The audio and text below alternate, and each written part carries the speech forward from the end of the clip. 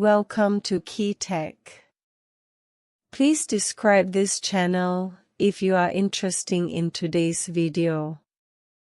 In response to the United States' continued arms sales to Taiwan, the Chinese Ministry of Foreign Affairs announced on April 11 that it would take countermeasures against General Atomics Aeronautical Systems and General Dynamics Land Systems, which participated in the sale.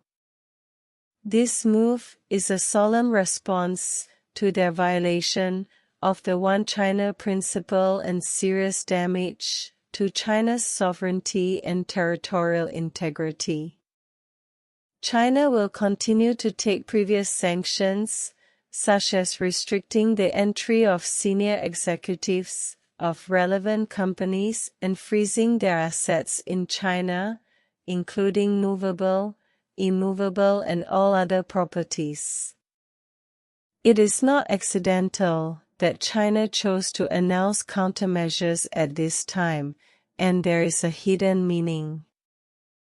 On April 10, the United States included 6 Chinese companies on the export control blacklist, claiming that these companies assisted China in obtaining chips for military aid or provided drone production and procurement support for Russia and the Houthi armed forces in Yemen. The timing of the U.S. sanctions against China was chosen after Yellen's visit to China. Such a sensitive time point undoubtedly aroused a strong backlash from the Chinese government. In response to the United States' abuse of export control measures to suppress Chinese companies, Foreign Ministry spokesman Mao Ning immediately responded that China strongly opposes this and urges the United States to stop politicizing, instrumentalizing, and weaponizing economic, trade and technological issues. China will take necessary actions to firmly safeguard the legitimate rights and interests of its own enterprises. Within 24 hours after the United States announced sanctions, China's countermeasures were quickly implemented against American companies.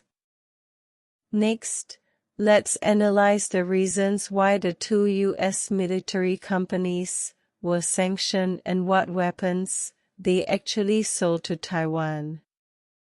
Last year, General Atomics of the United States sold 4 MQ-9B Sky Guardian large maritime patrol drones to Taiwan. Taiwan's main intention in purchasing this drone is to respond to the mainland's military activities in the Taiwan Strait.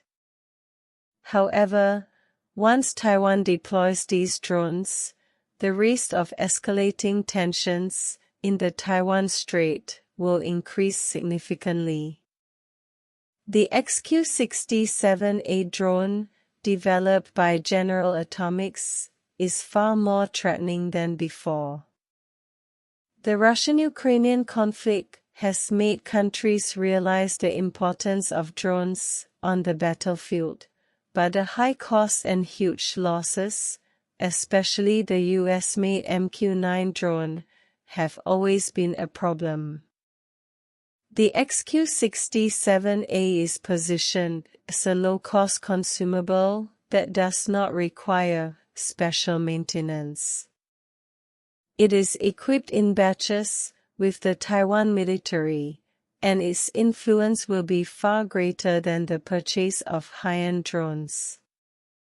Last year, U.S. Deputy Secretary of Defense Catherine Hicks made a bold statement that she would vigorously develop unmanned autonomous combat systems and plan to build thousands of unmanned ships and aircraft, as well as other autonomous combat weapons, with the goal of preventing the so-called mainland attack on Taiwan.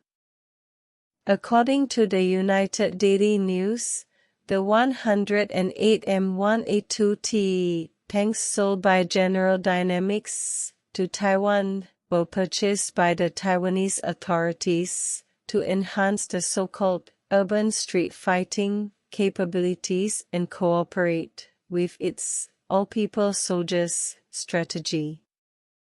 This move has undoubtedly exacerbated regional tensions, and the mainland has expressed strong dissatisfaction with this. According to reports, the 2 U.S. arms sales contracts to Taiwan have not yet been fulfilled. The M1A2T tanks are expected to be delivered by the end of the year, and the drones will have to wait until next year. However, given the continued war in Ukraine and the huge demand for weapons, Taiwan's orders may face further delays. China's countermeasures against U.S. military-industrial enterprises are not in vain, especially in the field of drones. China is the world's leading drone manufacturing power, and the supply chain of many key components is in China's hands. During his last visit to Taiwan, Lai Ching-te discovered that the drones Taiwan purchased from Turkey actually used Chinese-made engines. It is not uncommon for the U.S. Department of Defense to purchase Chinese drones. Although the National Defense Authorization Act for fiscal year 2020 explicitly prohibits the Pentagon from using Chinese-made drones, the Air Force and Navy subsequently spent hundreds of thousands of dollars to purchase Chinese drones for core combat units, such as the Special Tactics Wing and the Navy SEALs, with the official explanation being training purposes. According to U.S. media reports, some senior Pentagon officials believe that China has been ahead of the United States in drone technology for about 10 years. On April 10, the Wall Street Journal reported that some Ukrainian officials privately stated that U.S.-made drones are expensive, fragile, and difficult to repair.